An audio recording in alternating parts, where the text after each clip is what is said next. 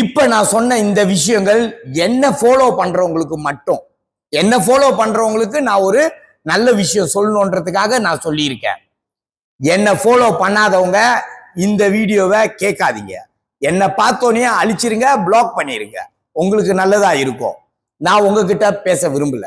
என்ன ஃபாலோ பண்றவங்களுக்கு, என்ன பிடிச்சவங்களுக்கு நான் சொல்ல வந்த என்னால முடிஞ்ச ஒரு பொதுநல கருத்து. தனக்கு மிஞ்சினது தான் தானமும் தர்மமும். இன்னைக்கு 2000 வெள்ளி சம்பாதிக்கிறவன் 3000 வெள்ளி சம்பாதிக்கிறவன் டொனேஷன் கொடுக்க முடியுமா? நம்ம குடும்பத்துக்கே பல தேவைகள் இருக்க, ஒய்ஃபுக்கு பல பிரச்சனை இருக்கும். அவங்க நம்ம கிட்ட கேட்க முடியாம இருப்பாங்க. அவங்களுக்கு தட்டை துணிங்க வாங்கணும். சில நேரம் பல்லு வலியில இருப்பாங்க. பல்லு செய்யறதுக்கு கூட நம்ம கூட்டிட்டு போக மாட்டோம். அதை நம்ம கிட்ட கேட்க வைக்கப்படுவாங்க. உங்களுக்கு குறைவா சம்பாதிக்கிறீங்க, நிறைய செலவுகள் இருக்கு அப்படின்ட்டு கேட்க மாட்டாங்க. பிள்ளைங்க சில நேரம் உள் சிலுவார், கிழிஞ்ச சிலுவாரை போட்டு சுத்திக்கிட்டு இருக்கோங்க. அப்பா கிட்ட கேட்டா அப்பாட்ட இப்ப காசு இருக்காது அப்படின்னு அதுங்க மனசுக்குள்ள நினைச்சுக்கிட்டு இருக்கோங்க. ஆனா நம்மளுக்கு அந்த எண்ணம்லாம் இருக்காது. சோசியல் மீடியால வெட்டி கௌரவத்துக்கு லைஃப் செஞ்சுக்கிட்டு இருப்பானுங்க. என்னமோ அங்க உதவி செஞ்சுட்டேன், இங்க உதவி செஞ்சுட்டேன், இதெல்லாம் வெட்டி பேச்சு பேசிக்கிட்டு இருப்பாங்க. அதே சீன நண்பர்களை போய் பார்த்தீங்கன்னா நல்லா காசு சம்பாதிக்கிறதுக்கு ஏதாவது ப்ராடக்ட் வித்துக்கிட்டு இருப்பாங்க. மலாய்க்கிறவங்க அவங்க வாழ்க்கை முன்னேற்றத்துக்காக ஏதாவது செஞ்சுக்கிட்டு இருப்பாங்க. இதே சோசியல் மீடியால 4 தமிழன் தான் ஏதாவது ப்ராடக்ட் வித்து அவன் வாழ்க்கையை பத்தி முன்னுக்கு வர்றதை பத்தி அவன் சிந்திச்சு ஏதாவது செஞ்சுக்கிட்டு இருப்பான். மிச்சம் 40 தமிழை நீங்க போய் இப்ப திறந்து பாருங்க என்ன பண்றான்னு. வெட்டி பேச்சு, வெட்டி கௌரவ பேச்சு பேசிக்கிட்டு தான் உட்காந்துருப்பான். நான் என்ன சொல்ல வரேன்னா, நீங்களே குறைவா தான் சம்பாதிக்கிறீங்க, நம்ம போய் மற்றவங்களுக்கு உதவி செய்ய முடியாது.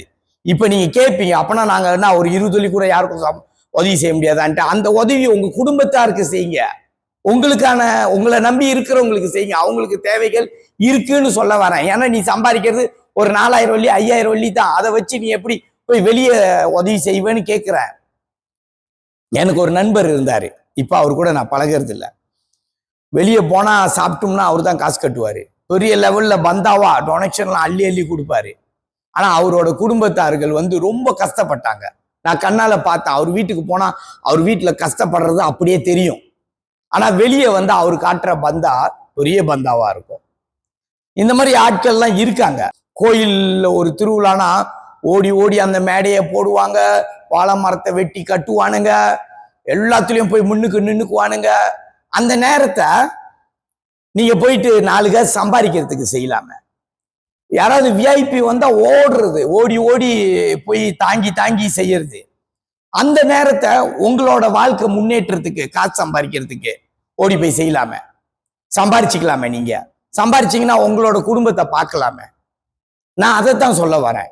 டொனேஷன் பண்ணாதீங்கன்னு சொல்ல வரல. உண்மையா சீக்காளிங்க இருக்காங்க, அவங்களுக்கு அந்த டொனேஷன் எப்படி வாங்கி கொடுக்கணும், அரசாங்கம் நிறைய டொனேஷன் உதவி செய்து அவங்கள கூட்டிட்டு போய் அந்த டொனேஷன் எப்படி வாங்கி அவங்களுக்கு உதவி செய்யணும்னு பார்த்து செஞ்சு கொடுங்க. பணக்காரவங்கலாம் சேர்ந்து உதவி செய்யறாங்க, ஏழைங்களுக்கு உதவி செய்யறாங்க. அதை எப்படி பெற்று அந்த ஏழைக்கு கொடுக்கணும்னு பாருங்க. ஏழைங்க யாருன்னு பாருங்க. வேலை செய்யாம வெட்டித்தனமா சுத்திக்கிட்டு இருக்கிறவன் ஏழை இல்லை. இங்க வெளியூருக்காரெல்லாம் வேலை செஞ்சு சம்பாதிக்கிறான். இங்க உள்ளவன் வேலை செய்ய முடியலன்னா அவன் சோம்பேறி, அவன் ஏழை இல்லை. இன்னைக்கு உண்மையா இங்க உள்ள ஒருத்தனுக்கு உதவி தேவைப்படுதுன்னா அவன் ஒரு சீக்காளியா இருந்தா தான் நம்ம உதவி செய்ய முடியும். மருத்துவ செலவோ அந்த மாதிரினா நம்ம உதவி செய்யலாம், பிரச்சனை இல்லை. அந்த உதவி எப்படி அவங்களுக்கு போய் சேரணுன்றது ஆள் செய்யறவங்க கிட்ட இருந்து வாங்கி கொடுக்க பாருங்க. நீங்களே ஒரு ஏழை தான், 5000 வெள்ளி சம்பாதிக்கிறவன் ஏழை தான். நீங்க ஓடி போய் ஒருத்தனுக்கு உதவி செய்யணும்னு அவசியம் இல்லை. ஒருவேளை 5000 வெள்ளி சம்பாரிச்சு உங்க குடும்பத்துல உள்ளவங்க எல்லாத்தையும் பணக்காரனா ஆக்கி நீங்க வீடு காசு காடி காசு எல்லாம் கட்டி முடிச்சு எல்லாம் செஞ்சு முடிச்சிட்டீங்கன்னா அப்ப வேணா நீங்க போய் உதவி செய்யுங்க. ஒண்ணுமே உங்களோட பிரச்சனையை நீங்க தீக்காம நீங்க எப்படி போய் முன்னுக்கு நின்று உதவி செஞ்சுக்கிட்டு சோசியல் மீடியால முன்னுக்கு வந்துக்கிட்டு பசனெல்லாம் பேசிக்கிட்டு ஊராம் பிரச்சனையெல்லாம் பேசிக்கிட்டு எப்படி இருக்கீங்க? புரியலையே. இதெல்லாம் செய்ய வேணாம். நம்ம சீன நண்பர்கள், மலாய்க்கிற நண்பர்கள்லாம் அழகா வாழ்ந்துகிட்டு இருக்காங்க. அவங்க மாதிரி நம்மளும் கௌரவமா வாழணும்னா அவங்க குடும்பத்தை பார்த்து வாழ வைங்க. இந்த சமுதாயமே அழகா ஆயிரும், அழகா வாழலாம். சிந்திப்போம், செயல்படும்.